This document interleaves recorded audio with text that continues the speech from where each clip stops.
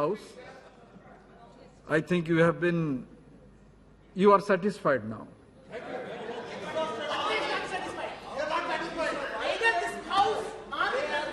Shri Manish Tiwari ji. सभापति महोदय, मैं जो अविश्वास प्रस्ताव हमारे सहयोगी श्री गौरव गोगोई जी ने रखा है उसका समर्थन करने के लिए यहां खड़ा हुआ हूं। सभापति महोदय, किसी भी सरकार का मूल्यांकन 5 बिंदुओं पे किया जाता है। सबसे पहले राष्ट्रीय सुरक्षा, दूसरा आर्थिक विकास, तीसरा सांप्रदायिक सद्भाव, चौथा संस्थाओं की स्वायत्ता और पांचवा जो आपके कूटनीति रहती है या अंतर्राष्ट्रीय रिश्ते रहते हैं। और ये दुर्भाग्यपूर्ण बात है कि इन 5 बिंदुओं के ऊपर पिछले 9 वर्ष में ये सरकार पूरी तरह से विफल रही है, क्योंकि ये अविश्वास प्रस्ताव मणिपुर को केंद्रित करते हुए इस सदन के समक्ष रखा गया है। इसलिए मैं जो मणिपुर की सामरिक संवेदनशीलता है उसको मुख्य रखते हुए अपनी बात इस सदन में रखना चाहता हूं। सभापति महोदय, जब हमारे इस गणराज्य की संरचना हो रही थी तो जो सरहद के राज्य थे उन सरहद के राज्यों को भारत के साथ और मजबूत तरीके से और संगठित तरीके से जोड़ने के लिए संविधान में विशेष प्रावधान किए गए थे। धारा 370 जम्मू कश्मीर के लिए, धारा 371A नागालैंड के लिए, धारा 371B असम के लिए, धारा 371C मणिपुर के लिए, धारा 371F सिक्किम के लिए, धारा 371G मिजोरम के लिए और धारा 371H अरुणाचल प्रदेश के लिए।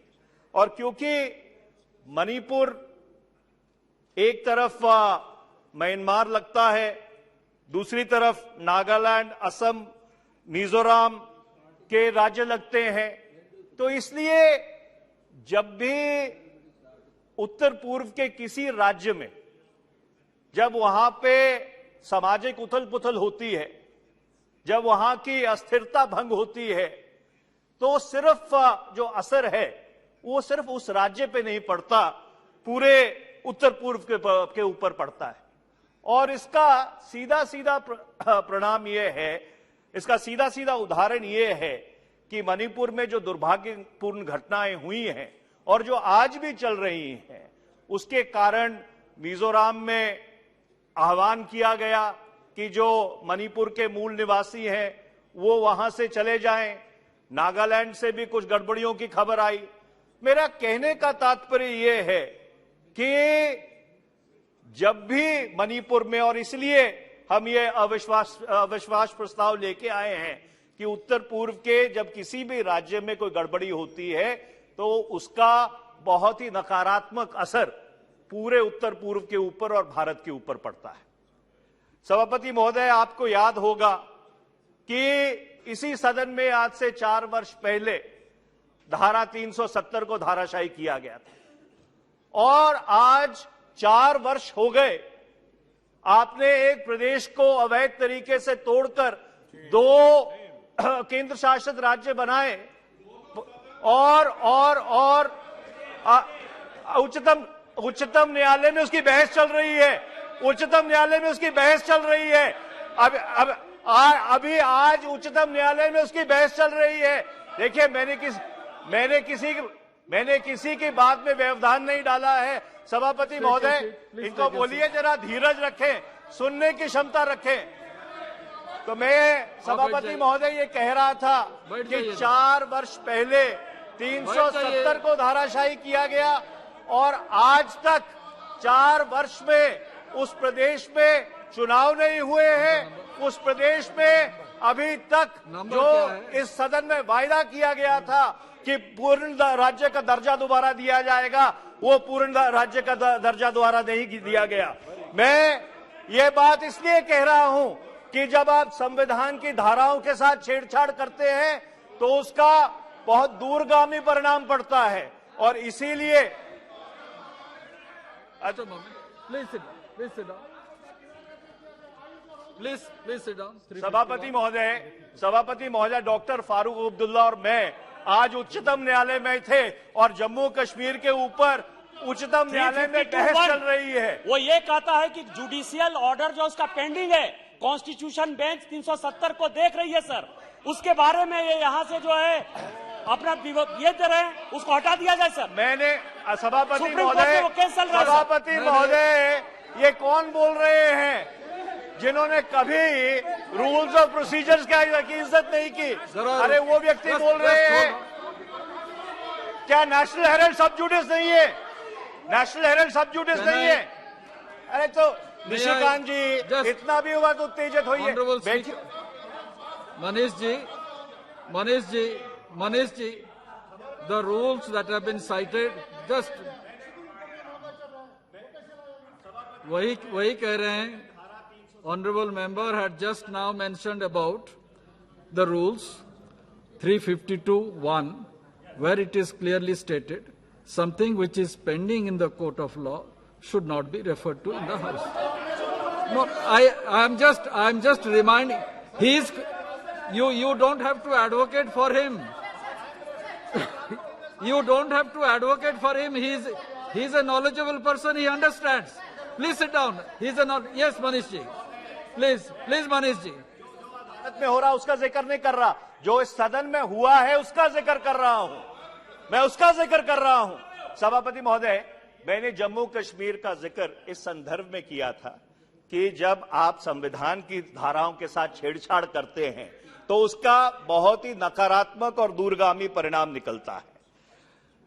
मैंने इससे पहले ये बात कही कि मणिपुर के साथ म्यांमार की सरहद लगती है और दशकों से जो उत्तर पूर्व के अलगाववादी हैं वो म्यांमार में शरण लेते रहे हैं, और म्यांमार का जो जुंटा है उसके जो रिश्ते हैं चीन के साथ वो पूरी तरह से जग जाहिर है और पूरी दुनिया उनके बारे में जानती है। और इसलिए जब भी उत्तर पूर्व में किसी तरह की कोई अस्थिरता होती है तो उसका असर सिर्फ देश में ही नहीं पड़ता, उसका असर जो भारत की राष्ट्रीय सुरक्षा है उसके ऊपर भी पड़ता है। और इसी संदर्भ में मैं चीन के बारे में जिक्र करना चाहूंगा। वर्ष 2020 में अप्रैल में नियंत्रण रेखा के पार भारत की सरहद में घुसपैठ हुई, और घुसपैठ एक जगह पे नहीं हुई, घुसपैठ 8 जगह पर हुई। Y Nala, Pangong, hot springs, Gogra, Depsang, Nakula, Yangtse, upper Subansiri जो जिला है अरुणाचल प्रदेश का, एक थिएटर लेवल के ऊपर घुसपैठ हुई।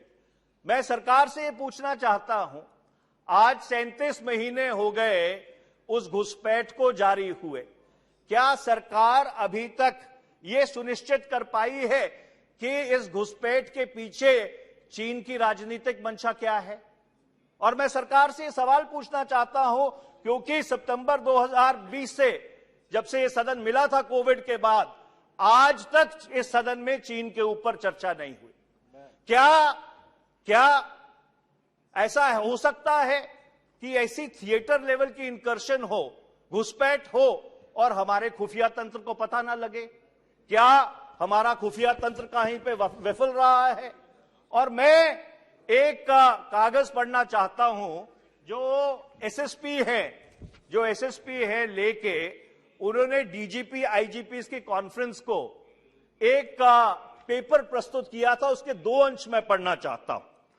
Presently, there are 65 patrolling points from Karakoram Pass to Chumar, which are to be patrolled regularly by the ISFs. ISFs means Indian Security Forces.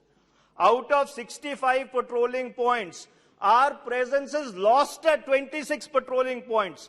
That is patrolling point number 5 to 17, 24 to 32, 37, 51, 52, 62, due to restrictive or no patrolling by the Indian security forces. Later on, China forces us to accept the fact that as such areas have not seen the presence of Indian security forces or civilians since long. The Chinese were present in these areas. This leads to a shift in the border under the control of the Indian security forces towards the Indian side, and a buffer zone is created in all such pockets, which ultimately leads to a loss of control over the areas held by India. This is a tactic of PLA to grab land inch by inch, which is known as salami slicing. ये मैं नहीं कर रहा, कह रहा सभापति महोदय, ये सरकार के एक उच्च अधिकारी एसएसपी ले, पीडी नित्या उनका नाम है, उन्होंने लिखित में ये कागज डीजीपी आईजीपी की कॉन्फ्रेंस के में प्रस्तुत किया था। सरकार की तरफ से आज तक इसका खंडन नहीं हुआ है। और मैं इसलिए सरकार से पूछना चाहता हूं कि क्या ये बात सही है जो अधिकृत तौर के ऊपर एक सरकारी अधिकारी ने कही है, एक उच्च अधिकारी ने कही है कि 65 में से 26 ऐसे पेट्रोलिंग पॉइंट्स हैं जहां पे हमारी सुरक्षा फोर्सेस पहुंच नहीं सकती? क्या यह बात सही है कि आपके ये जो पेट्रोलिंग पॉइंट्स है हम को एक्सेस नहीं कर पा रहे हैं, वहां पे पेट्रोल नहीं कर पा रहे हैं? क्या यह बात सही है? इसके कारण 2000 किलोमीटर जो भारत की सरजमीन है वो भारत के कब्जे के बाहर चली गई है। ये बड़े गंभीर सवाल हैं, जिन गंभीर सवालों का इस सरकार को जवाब देना चाहिए। इसके साथ साथ अध्यक्ष सभापति महोदय, थैंक यू, थोड़ा सा मेरे को आप 2 मिनट का समय और दीजिए। सभापति महोदय, हम ये पूछना चाहते हैं कि 18 राउंड मिलिट्री टू मिलिट्री बातचीत हुई है चीन के साथ, और 18 राउंड में क्या निष्कर्ष निकला है? क्या यह बात सही है कि जितने बफर जोन बने हैं वो सारे बफर जोन भारत की सरजमीन में बने हैं? जितने बफर जोन बने हैं मिलिट्री टू मिलिट्री टॉक्स के बावजूद वो बनस्पत वो भारत की सरजमीन में बने हैं। हम ये पूछना चाहते हैं कि जो विदेश मंत्रालय के स्तर पे बातचीत चल रही है चीन के साथ, उसका क्या निष्कर्ष निकला? ये सारे गंभीर सवाल हैं जिनका जवाब आप सरकार को देना पड़ेगा। और मैं सभापति महोदय, मेरे को मालूम है समय कम है, मैं सिर्फ एक बात आपके समक्ष रखना चाहता हूं कि एक तरफ तो देर तक बोलेंगे आपका पार्टी का टाइम खत्म। सभापति महोदय, मेरे को यह कहा गया है कि हमारा पार्टी का टाइम सुरक्षित है। ये समय आपने, अध्यक्ष जी ने मेरे को दिया है अपने समय में से निकाल के, इसलिए मैं समय ले रहा हूं। आखिरी बात सभापति महोदय, एक बात कहना चाहता हूं। तो एक तरफ तो हमारे जांबाज सिपाही चीन का मुकाबला कर रहे हैं, 50-60 हजार लोग वहां पे सरहद पे तैनात है। दूसरी तरफ चीन के साथ जो हमारा व्यापार है वो बढ़ता ही जा रहा है। 2022 में हमारा ट्रेड डेफिसिट चीन के साथ 101.2 बिलियन US था। ये जो हमारे इंपोर्ट थे चाइना से वो 2021 में 97.5 बिलियन डॉलर थे, 2022 में 118.5 बिलियन डॉलर हो गए, और जो हमारे एक्सपोर्ट हैं वो 28 बिलियन डॉलर से घट के 17 बिलियन डॉलर रह गए। तो कहीं ऐसा तो नहीं है कि जो चीन हमारे खिलाफ आक्रमण कर रहा है उस आक्रमण करने के पैसे हम उनको दे रहे हैं ट्रेड डेफिसिट के थ्रू? तो इसलिए सभापति महोदय, ये जो सवाल हैं इनके ऊपर हम सरकार से जवाब मांगते हैं। और मैं आखिरी बात यही कहना चाहूंगा, सवाल बहुत हैं, संवाद की कमी है। अगर संवाद रहता तो इंडिया को ये जरूरत ना पड़ती कि इस सदन में ये हम अविश्वास प्रस्ताव लेके आते। और मैं ये उम्मीद करता हूं कि इन सारे सवालों का सरकार पूरी जिम्मेदारी से और पूरी सच्चाई से जवाब देगी। बहुत बहुत धन्यवाद। श्रीमती नवनीत राणा। अध्यक्ष महोदय, आपका बहुत बहुत धन्यवाद। अध्यक्ष महोदय, अविश्वास प्रस्ताव ये सदन में विपक्ष ने लाया है। सुबह से सभी डिबेट सुन रहे हैं और इस अविश्वास प्रस्ताव का मैं एज ए निर्दलीय